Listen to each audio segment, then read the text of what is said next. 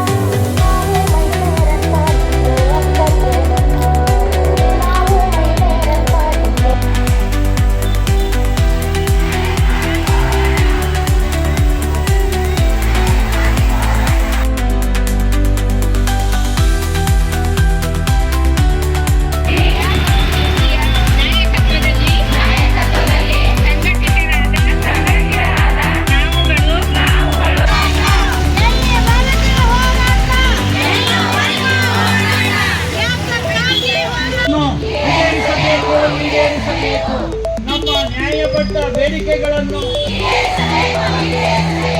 ನಮಸ್ಕಾರ. ನಡೆಯದ ಸರ್ಕಾರಕ್ಕೆ ಧಿಕ್ಕಾರ.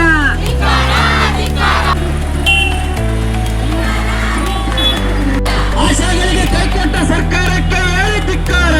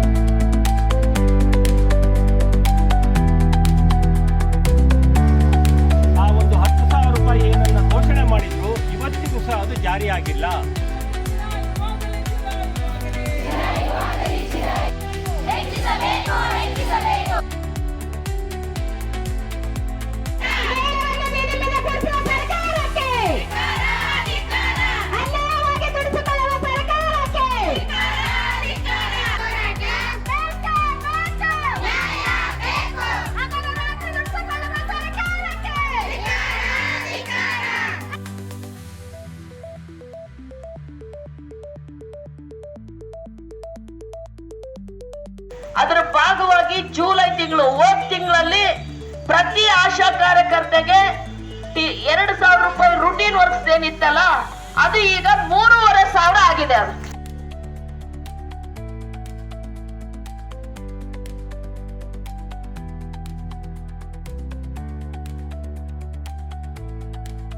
ಅವ್ರ ಗೌರವಧನ ಹೆಚ್ಚಿಸಿ ಪಾಪ ಅಹೋರಾತ್ರಿ ಧರಣಿ ಮಾಡ್ತಾ ಇದ್ದಾರೆ. ಅವ್ರಿಗೆ ಏನು ನ್ಯಾಯ ಒದಗಿಸ್ಕೊಡೋ ಅದಕ್ಕೆ ಕೊಡಿ. ಮತ್ತು ಕೇಂದ್ರ ರೀತಿಯಲ್ಲಿ ನಮ್ಮಲ್ಲೂ ಸಹ ಒಂದು 10,000 ರೂಪಾಯಿ ಅವ್ರೇನು ಬೇಡಿಕೆ ಇದನ್ನು ಈಡೇರಿಸಿ ಅಂತೇಳಿ. ಸಭಾಪತಿಗಳೇ, ಮಾನ್ಯರೇ, ಮಾಸಿಕ ಗೌರವಧನ ಹೆಚ್ಚಳಕ್ಕಾಗಿ ಆಶಾ ಕಾರ್ಯಕರ್ತೆಯರ ಪ್ರತಿಭಟನೆ ಎಂಬ ವಿಷಯವನ್ನು ಸದನದ ಶೂನ್ಯ ವೇಳೆಯಲ್ಲಿ ಪ್ರಸ್ತಾಪಿಸುತ್ತಿದ್ದೇನೆ. ಈ ಕುರಿತು ಕರ್ನಾಟಕ ರಾಜ್ಯ ಸಂಯುಕ್ತ ಆಶಾ ಕಾರ್ಯಕರ್ತೆಯರ ಸಂಘದ ರಾಜ್ಯ ಕಾರ್ಯದರ್ಶಿಯವರು ಕಾರ್ಯಕರ್ತೆಯರಿಗೆ ಗೌರವಧನ ಹೆಚ್ಚಿಸುವಂತೆ ಈ ವರ್ಷ ಜನವರಿಯಲ್ಲಿ ಪ್ರತಿಭಟನೆ ನಡೆಸಿದಾಗ ಆ ಸಂದರ್ಭದಲ್ಲಿ ಮುಖ್ಯಮಂತ್ರಿಗಳ ನೇತೃತ್ವದಲ್ಲಿ ನಡೆದ ಸಭೆಯಲ್ಲಿ ಏಪ್ರಿಲ್ನಿಂದ ಪ್ರತಿ ತಿಂಗಳು ಕನಿಷ್ಠ 10,000 ರೂಪಾಯಿ ನೀಡುವುದಾಗಿ ಮುಖ್ಯಮಂತ್ರಿಗಳು ಭರವಸೆ ನೀಡಿದ್ದರು. ಆದರೆ ಈ ಬಗ್ಗೆ ಈವರೆಗೂ ಯಾವುದೇ ಆದೇಶ ಹೊರಡಿಸಿಲ್ಲ. ಮಾಡ್ತಿರೋದ್ರಿಂದ ಇವತ್ತು ಅವರು ಮಳೆ ಅನ್ನದೇ ಲೆಕ್ಕಿಸದೆ ಅವರು ಇವತ್ತು ಪ್ರತಿಭಟನೆ ಮಾಡ್ತಾ ಇದ್ದಾರೆ. ಅಂಗನವಾಡಿಯವರಿಗೆ ಕೊಟ್ಟಿರ್ತಕ್ಕಂಥ ಗೌರವಧನ ಆಶಾ ಕಾರ್ಯಕರ್ತರು ಕೇಳೋದ್ರಲ್ಲಿ ತಪ್ಪಿಲ್ಲ. ನಿಜವಾಗ್ಲೂ ಸರ್ಕಾರ ಘೋಷಿಸಿದಂತೆ ಅವರು ಗೌರವಧನ ಕೇಂದ್ರ ಭಾಗಶಃ ಪ್ರೋತ್ಸಾಹ ಸೇರಿಸಿದಂತೆ ಕನಿಷ್ಠ 10,000 ಗ್ಯಾರಂಟಿಯನ್ನು ಏಪ್ರಿಲ್ಗೆ ಅನ್ವಯ ಆಗುವಂತೆ ಅವರಿಗೆ ಹೆಚ್ಚಳ ಮಾಡಬೇಕಂತ ಈಗಾಗಲೇ ಪ್ರತಿಭಟನೆ ಮಾಡ್ತಾ ಇದ್ದಾರೆ. ದಯವಿಟ್ಟು ತಮ್ಮ ಮೂಲಕ ನಾನು ಸರ್ಕಾರಕ್ಕೆ ಒತ್ತಾಯ ಮಾಡ್ತಾ ಇದ್ದಾನೆ, ಅವರ ಬೇಡಿಕೆಯನ್ನು ಈಡೇರಿಸ್ತಕ್ಕಂಥ ಕೆಲಸ ಮಾಡಬೇಕಂತ ನಾನು ಹೇಳ್ತಾ ಇದ್ದೀನಿ. ನಾವು ಹಿಂದೇನು ಕೂಡ ನಮ್ಮ ಬಜೆಟಲ್ಲಿ ಗೌರವಾನ್ವಿತ ಮುಖ್ಯಮಂತ್ರಿಯವರು ಈಗಾಗಲೇ ಘೋಷಣೆಯನ್ನು ಮಾಡಿದ್ದಾರೆ. ಇದಕ್ಕೆ ಆಶಾ ಕಾರ್ಯಕರ್ತರ ಏನೀಗ ಅಹೋರಾತ್ರಿ ಅವರು ಧರಣಿಯನ್ನು ಮಾಡ್ತಾ ಇದ್ದಾರೆ, ಇದಕ್ಕೆ ಕೇಂದ್ರ ಸರ್ಕಾರ ಮತ್ತು ರಾಜ್ಯ ಸರ್ಕಾರ ಎರಡೂ ಸೇರಿ ಇವರ ಮನವಿಯನ್ನು ನಾವು ಪರಿಗಣಿಸಲೇಬೇಕಾಗಿರ್ತಕ್ಕಂಥದ್ದು. ಸರ್, ನಾನು ಆಶಾ ಕಾರ್ಯಕರ್ತೆಯರು ರಾಜ್ಯದಾದ್ಯಂತ ಧರಣಾ ಸತ್ಯಾಗ್ರಹವನ್ನು ಬಂದು ಮಾಡ್ತಾ ಇದ್ದಾರೆ ಬೆಂಗಳೂರಿನಲ್ಲಿ. ಆಶಾ ಕಾರ್ಯಕರ್ತೆಯರ ಬಗ್ಗೆ ಒಂದು ಗಮನ ಸೆಳೀತಾ ಇದ್ದೀನಿ. ಸರ್ಕಾರ ಏನು ಅವರಿಗೆ ಉತ್ತರ ಕೊಡ್ತದೆ ಅಂತೇಳಿ. ಮಾನ್ಯ ಸಭಾಧ್ಯಕ್ಷರೇ, ಇವತ್ತು ಆಶಾ ಕಾರ್ಯಕರ್ತರ ಬಗ್ಗೆ ಗಮನ ಸೆಳೆದಿದ್ದಾರೆ. ಈಗ ಅವರು ಧರಣಿಯಲ್ಲಿ ಕೂತ್ಕೊಂಡಿದ್ದಾರೆ ಮತ್ತು ನಾಳೆವರೆಗೂ ಧರಣಿ ಮಾಡ್ತೀವಿ ಅಂತಲೂ ಕೂಡ ಹೇಳಿದ್ದಾರೆ.